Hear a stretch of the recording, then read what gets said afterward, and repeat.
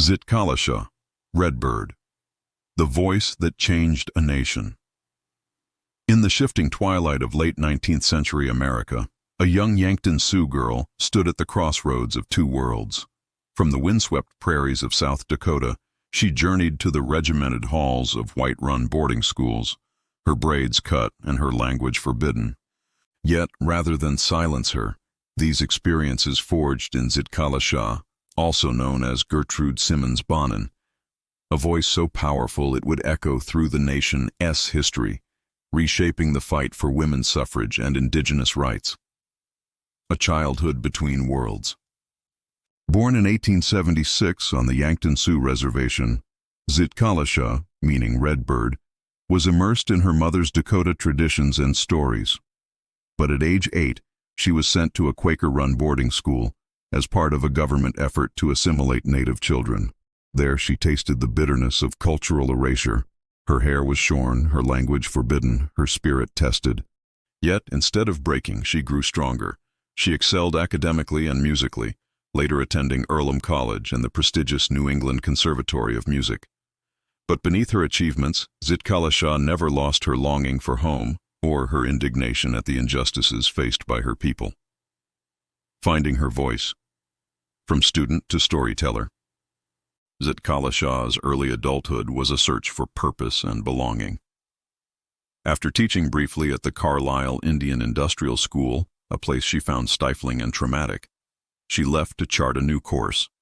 She began writing essays and stories for leading publications such as Atlantic Monthly and Harper's Weekly, becoming one of the first Native American women to reach a national audience. Her writings blended autobiography, folklore, and searing social critique. In her acclaimed collection, American Indian Stories, Zitkala-Ša chronicled the pain and confusion of childhood in boarding schools, the struggle to retain identity, and the beauty of Native traditions. She exposed the hypocrisy of government civilizing missions and the cruelty masked by platitudes of progress. Music, art, and activism. Zitkala-Ša's talents were not confined to the written word. A gifted violinist and composer, she co-wrote the first Native American opera, the Sundance Opera, weaving Sioux themes and melodies into the Western classical tradition. Through music, she found another avenue to bridge cultures and share her people's stories. But as the 20th century dawned, Zitkala-Ša's passions turned increasingly to activism. Outraged by the abuse, exploitation, and disenfranchisement faced by Native peoples, she became a forceful advocate for change.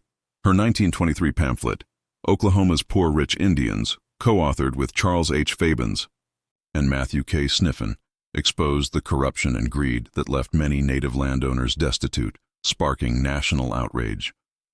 A champion for citizenship and suffrage. Zitkala-Ša's activism was tireless and strategic. She lobbied Congress, spoke at rallies, and wrote persuasive articles that demanded justice. Her efforts bore fruit in 1924, when the Indian Citizenship Act was passed, granting U.S. citizenship to Native Americans, an important, if incomplete, step toward equality. Yet citizenship alone was not enough. State barriers and discrimination still denied many Native people the right to vote. Recognizing the need for collective action, Zitkala-Ša co-founded the National Council of American Indians, NCAI, in 1926 with her husband, Raymond Bonin. As president, she traveled the country, organizing, speaking, and building alliances with women's suffrage leaders, civil rights activists, and tribal communities. Her vision was broad and inclusive. Native Americans deserved not only legal rights, but the freedom to define their own futures, preserve their cultures, and participate fully in American democracy. Legacy of a relentless advocate. Zitkala-Ša's life was marked by a fierce determination to challenge injustice and forge understanding. She used every tool at her disposal, storytelling, music, oratory, and organizing, to make the invisible visible and the voiceless heard. Her work remains foundational for Native and women's rights advocates today, reminding us that the struggle for justice is never easy, never quick, but always vital. She passed away in 1938, but her influence endures. The NCAI she helped found continues to fight for Native sovereignty.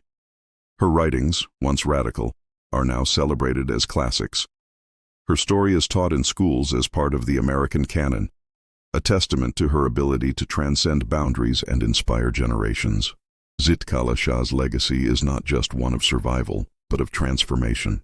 She turned pain into poetry, exclusion into activism, and silence into song. Through her words and deeds, she left an indelible mark on American history, a reminder that real change begins when one voice dares to speak for many.